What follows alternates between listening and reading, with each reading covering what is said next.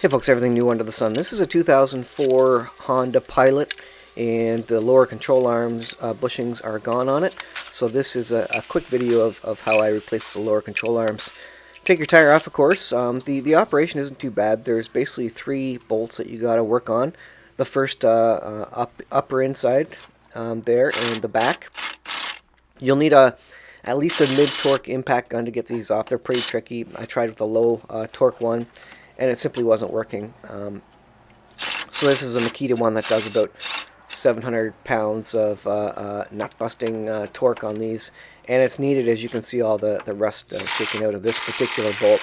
The other thing you may want to consider is putting new bolts in if these control arms have been have been on there for the life of the vehicle. They could be very rusty.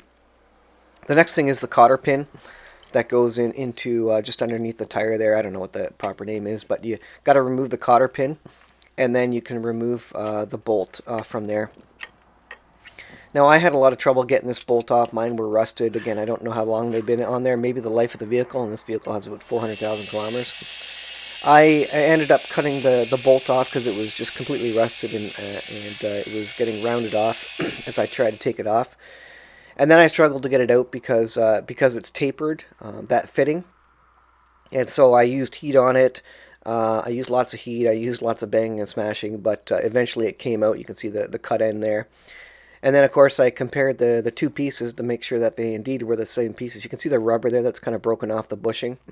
And there's the new piece. I got it off Amazon. It's an Auto Shack part, I think. Fit perfectly. You slide the new one in, and then you got to get the pin underneath the wheel there.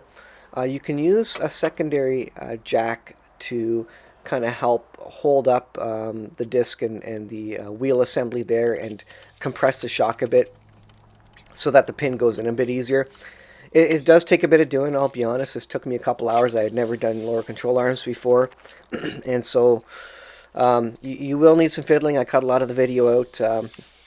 But if you persevere, you can get it. Now, the jack happened to cup right around the bottom of the lower control arm there, so I was able to use that, and again, just kind of prop it up and shimmy the pin into location.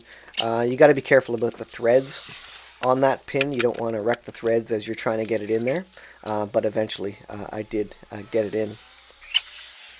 Once you get the pin in, you put the bolt on, and then you put the cotter pin back on. And if you're holding it up with the jack, it will slide it into place so that you can properly turn down that nut there. And then you put in your other 2 bolts. Now the lining up here is going to be tricky. You're going to have to kind of keep everything loose until the end. Use a screwdriver to line up the holes a little bit, and then you can start the bolt. You can gently tap on the bolts to kind of force them in and force line it up, but you don't want to use too much force if you're trying to tap it in, because you're going to wreck the threads on it, and that's not a good thing. After that, you can use your impact again. Ideally, you start the thread with your fingers, but I wasn't able to, so I just went ahead and started it with my impact, and all turned out well in the end. I put a little bit of oil on these as well, just to kind of prevent further corrosion. Ideally, you replace those. And once you're all tightened up and you torque them down to whatever the specs are on your vehicle, then you can put the wheel back on, and make sure to torque them by hand properly after the fact.